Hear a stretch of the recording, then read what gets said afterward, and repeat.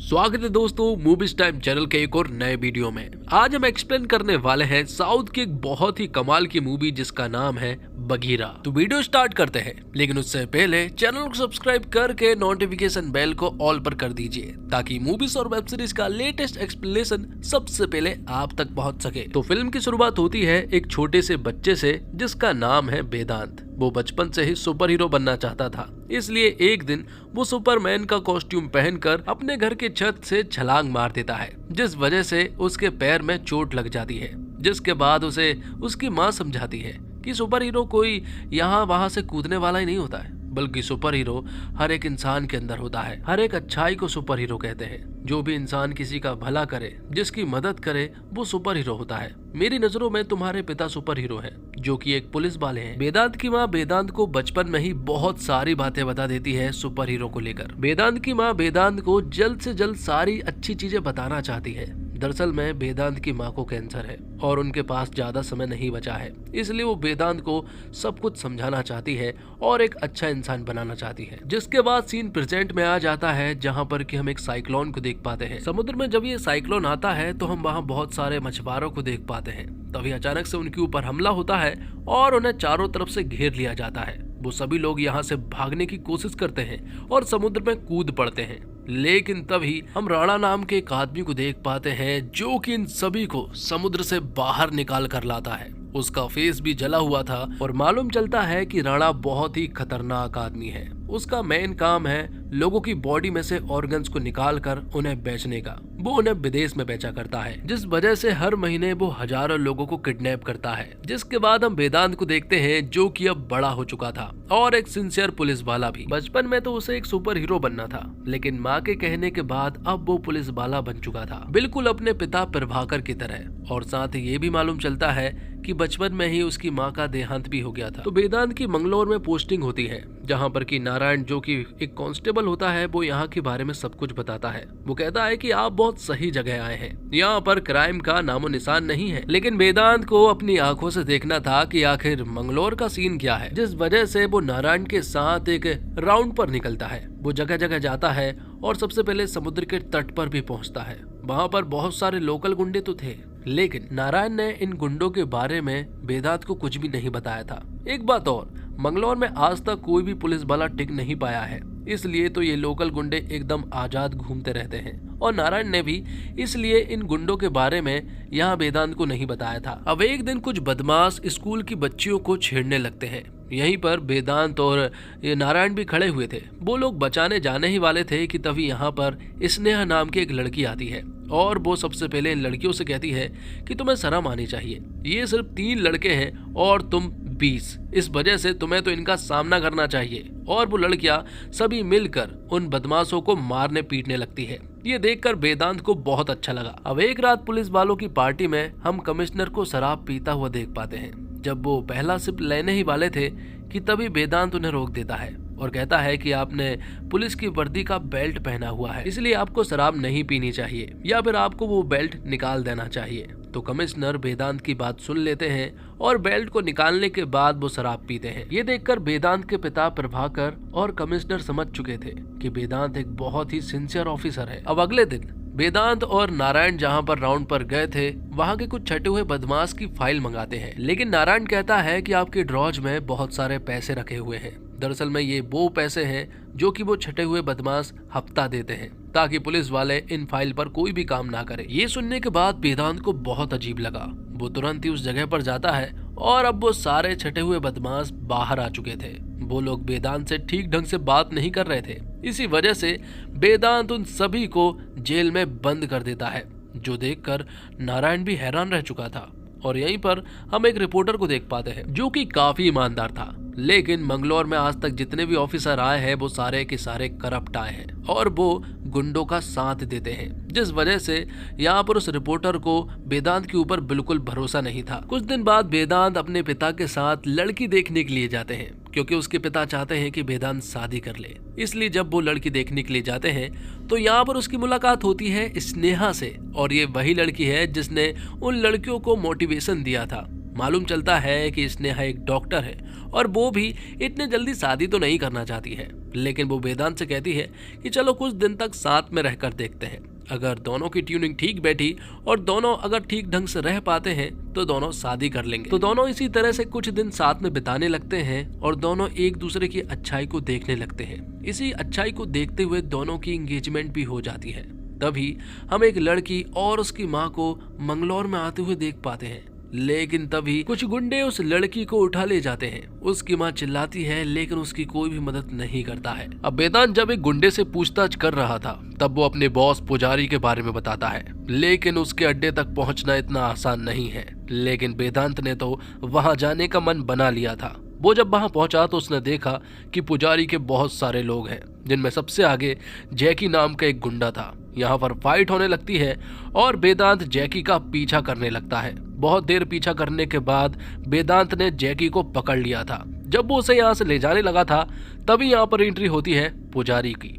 पुजारी को देखकर सभी लोग डर जाते हैं, लेकिन वेदांत यहाँ पर उसे एक सॉलिड लात मारता है और उसे घसीटते हुए जेल में बंद कर देता है। जेल में जितने भी लोकल गुंडे थे वो पुजारी को देखकर हैरान रह चुके थे कि आखिर ये कौन इंसान है जिसने पुजारी को अरेस्ट कर लिया है, क्योंकि आज तक पुजारी को किसी ने भी अरेस्ट नहीं कर पाया है। तभी वेदांत देखता है कि पुलिस स्टेशन में उस लड़की की माँ आती है जिसे गुंडों ने किडनैप कर लिया था। जब वो उसकी मदद करने जाने ही वाला था कि तभी वेदांत को कमिश्नर साहब ने बुला लिया।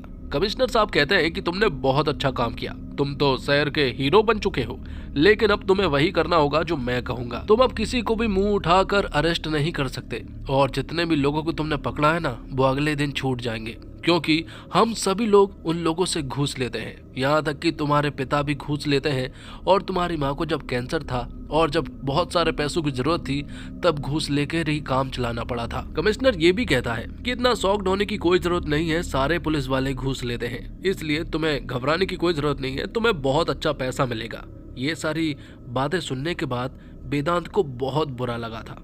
वो रात को समुद्र के तट पर जाता है, वहाँ बहुत सारी शराब पीता है। उसने इतनी ज्यादा शराब पी हुई थी कि सुबह तक उसका नशा ही नहीं उतरा। अगली सुबह उसने देखा कि वो लड़की उन गुंडों की कैद से भाग चुकी थी, लेकिन अब वो उन लोगों के खिलाफ कंप्लेंट करना चाहती है, लेकिन पुलिस वाले तो उसकी बात सुन ही नहीं रहे थे, जिस वजह से यहाँ पर वो लड़की अपने ऊपर पेट्रोल डालकर खुद को आग लगा लेती है। लेकिन तब वेदांत की हालत बिल्कुल भी ठीक नहीं थी, वो तो नशे की हालत में था। लेकिन जब उसने ये सब कुछ देखा तो उसका नशा उतर गया और वो पूरी तरह से हैरान रह चुका था। अब वो समझ गया कि लोगों की नजरों के सामने इस सिस्टम को ठीक नहीं किया जा सकता और ना ही उन लोगों को, इसलिए उसे अब तो एक सुपर हीरो बनना ही पड़ेगा जो कि लोगों की नजरों में नहीं रहेगा। जिसके बाद उन गुंडों को दिखाया जाता है जिसने उस लड़की को किडनैप कर उसके साथ दुष्कर्म किया था। वो लोग उस लड़की के बारे में ही बात कर रहे थे, लेकिन तभी अचानक से यहाँ पर बघीरा आ जाता है और वो इन लोगों से फाइट करने लगता है। वो इन लोगों को बहुत ही बेदर्दी से मार डालता है और अब वेदांत ने ठान लिया था कि रात होते ही वो ऐसे लोगों को बुरी तरह से मार डालेगा और यही उसका इंसाफ होगा। तो अगले दिन से वेदांत की एक नई पहचान सामने आती है। वो एक करप्ट पुलिस वाला बन चुका था, न्यूज में भी उसके नाम आने लगे थे, लेकिन वो तो बस करप्ट ऑफिसर बनने का दिखावा कर रहा था। दिन में जो भी घटना होती रात को वो अंजाम देता। इस तरह से शहर अब थोड़ा सुधरने लगा। लोगों को ऐसा लगने लगा कि शायद कोई मसीहा आ चुका है, लेकिन कांस्टेबल नारायण को बहुत अच्छे से मालूम है कि ये काम तो वेदांत सर का ही है। लेकिन बघीरा के अब जगह जगह पर चर्चे होने लगे थे, तो वहीं वेदांत अब पूरी तरह से करप्ट ऑफिसर बन चुका था। इसलिए एक दिन स्नेहा उसके पास आती है। वो उससे कहती है कि जैसे तुम पहले थे अब वैसे बिल्कुल भी नहीं रहे हो। पर वेदांत उसे कुछ नहीं बताता, बल्कि वो तो उसे बदतमीजी से बात करता है, जिस वजह से यहाँ स्नेहा उसे छोड़कर चली जाती है। ये सब कुछ वेदांत ने सोच समझ कर किया था। स्नेहा को कुछ ना हो इसलिए उसने उसे कुछ नहीं बताया था और उसे चुपचाप जाने दिया। अब आगे हम देखते हैं कि पुजारी और उसके गुंडे जेल से रिहा हो चुके थे। जब वो वहां से रिहा हुए तो पुजारी ने एक रिपोर्टर को मार डाला। ये वही रिपोर्टर है जो कि बहुत ईमानदार था। जब यहाँ पुलिस आई तो पुलिस ने कहा कि अरे इसे तो कुत्ते ने मारा है, यहाँ पर बहुत कुत्ते हैं ना, इसलिए शायद उन कुत्तों ने इसे मार डाला है। पर ये सब कुछ रिपोर्टर की पत्नी और उसका बेटा सब कुछ देख रहे थे। जब ये बात वेदांत को मालूम चली तो वो बघीरा बनकर इन लोगों के पास पहुंच जाता है। उसने पुजारी को तो मार ही डाला था, साथ ही उसने उस इन्वेस्टिगेशन ऑफिसर को भी मार डाला था जिसने की कहा था कि इसे तो कुत्ते ने मारा है। उस ऑफिसर का नाम सिद्धि होता है। यहाँ पर एक पुलिस वाला खड़ा हुआ था। वो कह रहा था कि आखिर इन लोगों को किसने मारा होगा। वहाँ रिपोर्टर का बेटा कहता है, अरे इन्हें तो उसी कुत्ते ने मारा है जिसे मेरे पिता ने मारा था। अब वेदांत को मंगलौर के बहुत बड़े गुंडे कोटियन के बारे में मालूम चलता है। तो जैसे ही उसके अड्डे के बारे में मालूम चला, वेदांत वहाँ पहुँच जाता है बगीरा बनकर। लेकिन यहाँ पर कोटियन के गुंडे बहुत सारे थे और उन्हें बगीरा के बारे में भी मालूम चल चुका था। वो लोग इसके ऊपर हमला कर देते हैं, लेकिन बगीरा को एक गोली लग जाती है जिस वजह से वो पानी में गिर जाता है, लेकिन वो बच गया था। वो यहाँ स्नेहा के पास आता है। वो उससे कुछ भी नहीं कहता है, लेकिन स्नेहा यहाँ बहुत अच्छे से समझ चुकी थी कि रात को जो मसीहा निकला है बगीरा वो कोई और नहीं बल्कि वेदांत ही है। लेकिन उनके बीच में कोई बात नहीं हुई, लेकिन स्नेहा ने वेदांत को अब एक्सेप्ट कर लिया था। जिसके बाद बगीरा वापस कोटियन के पास गया। वो जानता था कि बगीरा जरूर आएगा। कोटियन कहता है कि तुम्हें मेरे बॉस राणा के बारे में नहीं मालूम है। जब उन्हें पता चलेगा कि तुम्हें हमारे अड्डे के बारे में मालूम चल गया है और मैं तुम्हें नहीं मार पाया, तो वो मुझे जान से मार देंगे। इसलिए मैंने अपनी बेटी और पत्नी को मार दिया है और अब मैं खुद को भी मारने जा रहा हूँ।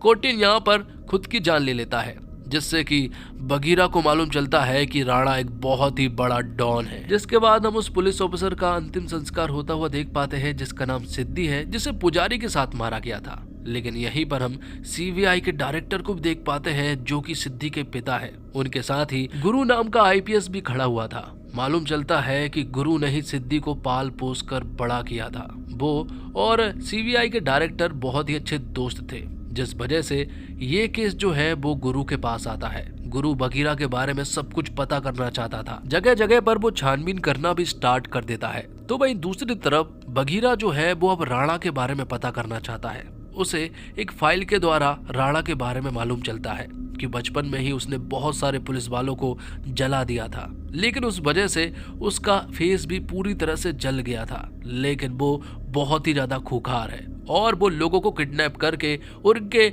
ऑर्गन्स को बेचा करता है और उसके सामने कोई भी नहीं आता है। ये बात सुनने के बाद बगीरा ने सोचा कि अब उसे एक टीम बनानी चाहिए, इसलिए वो एक हैकर की मदद लेता है। हैकर के साथ साथ वो अपनी टीम में कुछ ऐसे लोगों को शामिल करता है जिन्हें उन्हें देखकर बिल्कुल भी शक नहीं होगा, क्योंकि उसकी टीम में एक छोटा सा बच्चा था जो कि बहुत ही अच्छे गैजेट्स बनाता है। उनकी टीम में एक बूढ़े अंकल थे जो कि अजीब तरह से बॉम्ब बनाया करते थे। तो गुरु इन्वेस्टिगेशन करते करते पुलिस वालों के पास आ जाता है। वो लोगों से बगीरा के बारे में पूछने लगता है कि आखिर ये इंसान कौन हो सकता है, इसके बारे में तुम लोगों को पता करना होगा। उनकी मुलाकात वेदांत से भी होती है, जिसके बाद हम देखते हैं कि वेदांत के पास एक दिन स्नेहा आती है, लेकिन वेदांत उसे यहाँ से जाने को कहता है। स्नेहा नहीं मान रही थी, जिस वजह से वेदांत उसे थप्पड़ लगा देता है, लेकिन स्नेहा फिर भी नहीं जाती, बल्कि वो तो यहाँ पर वेदांत के गले लग जाती है और उसे कहती है कि वो उसे छोड़कर कभी भी नहीं जाने वाली। तब यहाँ वेदांत ने भी उसके प्यार को अपना लिया था। दूसरी तरफ बगीरा का तांडव नहीं रुक रहा था। छोटे मोटे लोकल गुंडों को तो उसने मार गिराया था। बात अब यहाँ पर राणा की थी और उन लोगों की थी जिन्हें राणा ने किडनैप करके रखा था। राणा ने हाल ही में बहुत सारे लोगों को किडनैप किया था, इसलिए बगीरा उन लोगों को बचाने के लिए पहुंच जाता है। तो बगीरा ने यहाँ पर किडनैप हुए लोगों को बचा लिया था, लेकिन उसे यहाँ पर राणा नहीं मिला था। थोड़ी देर के बाद यहाँ पर गुरु और उसकी पूरी टीम आ जाती है। गुरु यहाँ पर उन लोगों से बगीरा के बारे में पूछने लगता है कि आखिर बगीरा कैसा दिखता है, उसने अपना मास्क उतार कर तुम्हें चेहरा दिखाया ही नहीं। तभी गुरु को एक सीसीटीवी फुटेज मिलता है जिसमें बगीरा जो है वो बंदूक चला रहा था, लेकिन उसके फेस पर मास्क लगा हुआ था। लेकिन यहाँ पर गुरु ने देख लिया था कि जिस अंदाज से यहाँ बगीरा ने गन पकड़ी है, या तो ये आदमी आर्मी वाला है या फिर पुलिस वाला। ये बात अब पूरी तरह से कंफर्म हो चुकी थी। तो अब गुरु हाल ही में जो केस हुए हैं उन सभी के, जिनमें बगीरा ने उन लोगों को बचाया है, वो उन सभी के विक्टिम से बात करने की कोशिश करने लगता है। तो वहीं दूसरी तरफ राणा के पास हम उसके राइट हैंड को देख पाते हैं, जिसे अब बगीरा मारना चाहता है और उसके नंबर को भी ट्रेस कर लिया गया था। ये बात राणा बहुत अच्छे से जानता है कि बगीरा यहाँ पर जरूर आएगा, इसलिए उसने भी एक बहुत ही अच्छी प्लानिंग बना ली थी। उसने अपने राइट हैंड से कहा कि वो मोबाइल को यहीं पर स्विच ऑफ कर दे ताकि लोकेशन यहीं की बताए।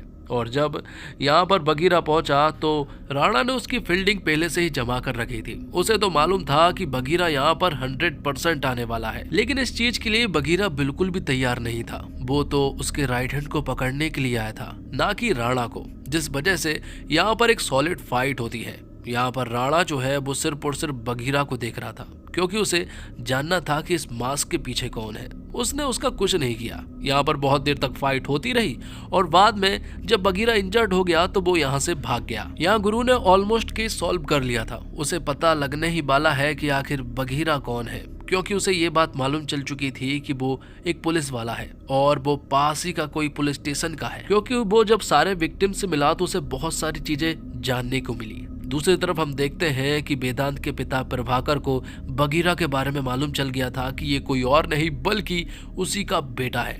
ये देखकर उन्हें बहुत बुरा लगा था कि आखिर उसकी जान भी जा सकती है, क्योंकि वो एक बहुत बड़े खतरे से पंगा ले रहा है। जिसके बाद हम बघीरा को देखते हैं, जो कि जब राणा को मारने के लिए जा ही रहा था कि तभी राणा बघीरा के पास कॉल करता है। वो उससे कहता है कि तुझे सबसे ज्यादा प्यार किससे है, अपनी होने वाली पत्नी स्नेहा से या फिर उन 50 लोगों से जिन्हें मैंने हाल ही में किडनैप किया है और अब उन्हें कंटेनर में भर कर मैं उन्हें समुद्र में फेंकने वाला हूँ। तुझे डिसाइड करना है और तुझे ये जल्द से जल्द करना होगा।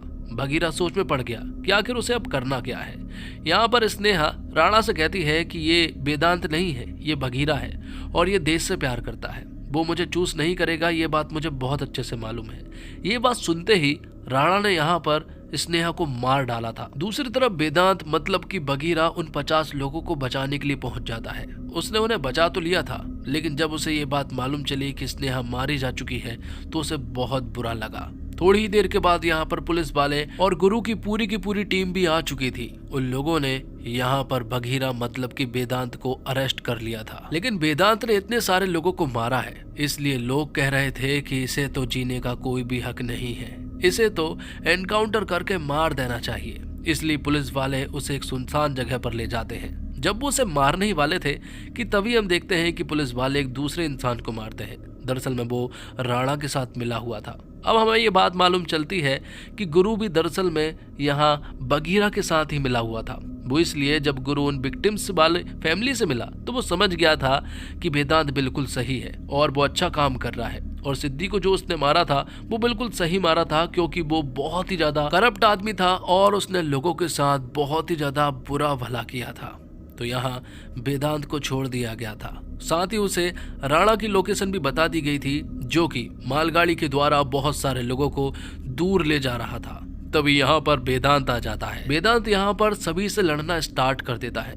उसके आंखों के सामने सिर्फ एक ही तस्वीर थी और वो तस्वीर थी स्नेहा की, जो कि अब उसके साथ नहीं रही है। उसे याद करते हुए वेदांत इन सभी को इतनी बुरी तरह से मार रहा था कि सभी लोग उसे देखकर हैरान रह चुके थे। आखिर में वेदांत ने राणा को भी मार डाला था और इस तरह से उसने अपनी होने वाली पत्नी स्नेहा का बदला लिया था और पूरे के पूरे माफिया को खत्म कर दिया था। इसी के साथ ये फिल्म यहीं पर समाप्त होती है। तो दोस्तों, उम्मीद करता हूँ आपको वीडियो पसंद आई होगी। वीडियो पसंद आई हो तो वीडियो को लाइक करके चैनल को सब्सक्राइब जरूर कीजिएगा, ताकि आपको इसी तरह के लेटेस्ट और फ्रेश कंटेंट मिलते रहे। मिलते हैं और कमाल की वीडियो के साथ। तब तक के लिए आप हमारे चैनल के साथ बने रहिए। धन्यवाद। जय हिंद, जय भारत, जय श्री राम।